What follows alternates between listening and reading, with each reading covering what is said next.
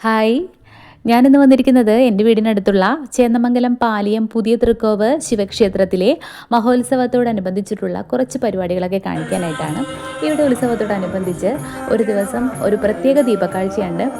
ദീപക്കാഴ്ച എന്ന് പറഞ്ഞാൽ അതിമനോഹരമാണ് ആ കാഴ്ച.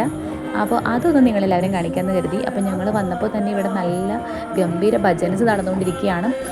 എപ്പോഴും പരിപാടിയാണ്, ഇതിന് തൊട്ട് മുൻപും പരിപാടികൾ ഒക്കെ ഉണ്ടായിരുന്നു. ഓട്ടംതുള്ളലും കേട്ടൊക്കെ ഇഷ്ടംപോലെ ഉണ്ടായിരുന്നു.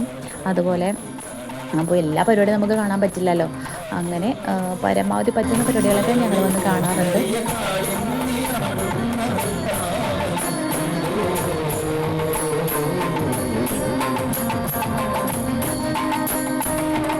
കുറച്ച് സമയം ഭജൻ കേട്ടതിന് ശേഷം അകത്തെ ദീപാലങ്കാരം തുടങ്ങിയപ്പോൾ ഞങ്ങൾ അകത്തേക്ക് കയറി. ആദ്യം തന്നെ ദേ കണ്ടില്ലേ, നമ്മുടെ മഹാദേവൻ്റെ തന്നെ ചിത്രമാണ്. വളരെ കണ്ണ് തുറക്കുകയും അടക്കുകയും ചെയ്യുന്ന മഹാദേവനെയാണ് ഇവിടെ കാണുന്നത് കേട്ടോ. തലയിൽ നാഗം ചലിക്കുന്നുണ്ട്. തൊട്ടപ്പുറത്ത് തന്നെയായി നമ്മുടെ കൃഷ്ണനും രാധയും കൂടെ ഊഞ്ഞാലാടുന്ന രാധാമാധവം വളരെ മനോഹരമായി കാണുന്നുണ്ട്.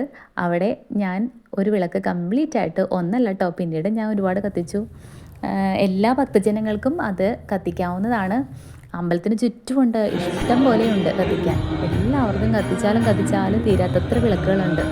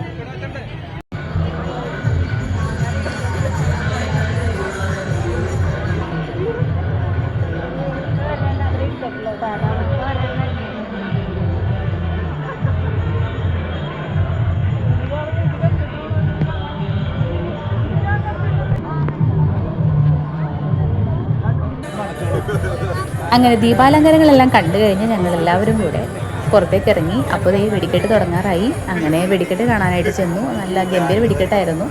വെടിക്കെട്ടൊക്കെ കഴിഞ്ഞ് പിന്നെയും അവിടെ പരിപാടികളൊക്കെ ഉണ്ട്, പക്ഷേ അതൊന്നും കാണാൻ പറ്റില്ല. അപ്പോഴേക്കും രാത്രി 10 മണിയായിട്ടുണ്ടായിരുന്നു. പിന്നെ 10 മണിയായപ്പോൾ ഭരതനാട്യം ഉണ്ടായിരുന്നു. ഭരതനാട്യം കണ്ടു. 10:30 ആയപ്പോൾ ഞങ്ങളവിടെ നിന്ന് വീട്ടിലേക്ക് പോയി. അപ്പോൾ നമുക്കിനി ഉത്സവത്തിന് കാണാട്ടോ. ശിവരാത്രിക്കാണ് ഇവിടുത്തെ മഹോത്സവം.